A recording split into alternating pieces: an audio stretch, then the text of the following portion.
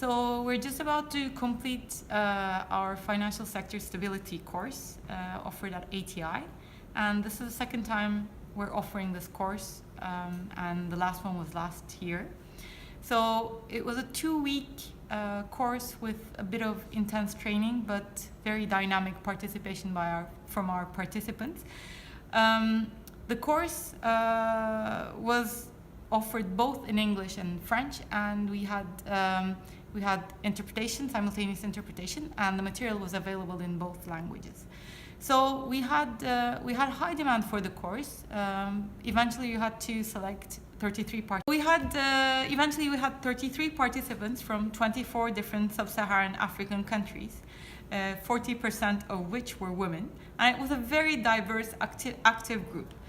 So we targeted government officials who worked at the central banks, at ministries of finance, and financial supervisory bodies in their countries. So this provided us with a very high participation and intense learning experience.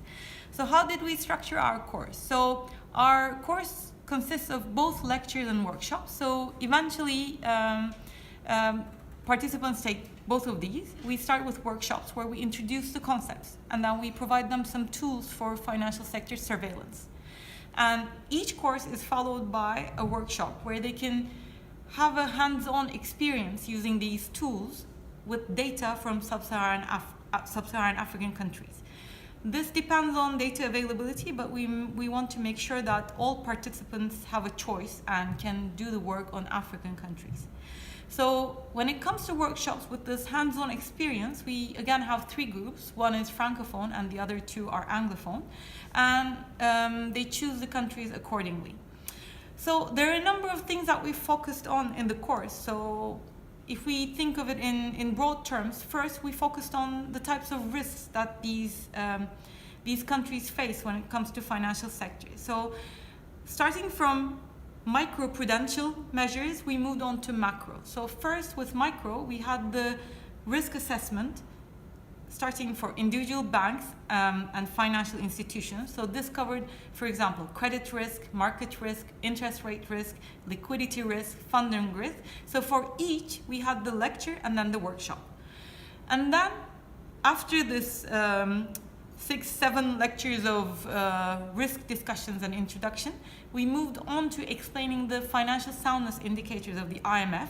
And then we had a hands-on lecture and workshop on macro stress testing, and we find this to be a valuable part of the lectures because we know that this is very important for them to take back to their countries. And finally, we also focused on some issues on systemic risk, and this is the last part of our course. So they also got some information about macroprudential measures, and they focused on building up of risks over time. So we looked at financial cycles, credit indicators, asset price indicators, and then they did a cross-sectional systemic risk analysis where they were able to see the interaction between banks, interconnectedness between banks, and find and learn the tools that are available for measuring these things. And finally, we're concluding the course with participants' presentations. Again, this we organized throughout these 2 weeks. So they start working on this early on in the first week. They choose a country, and what they do is they take a financial sector stability report prepared by a country's authority, central bank, and given this information they gained from this course, and using some of the existing documents prepared by the IMF and the World Bank and other financial institutions, they criticize the financial stability report and try to identify which areas are missing, which areas have been targeted and discussed properly, and using this information they assess the policy recommendations.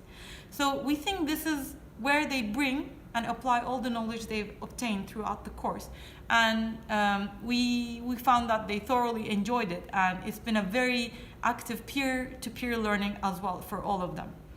So again, we will be offering this course in a year's time at ATI, and we are expecting the participants who were here to take back this home and also share the knowledge that they have gained here.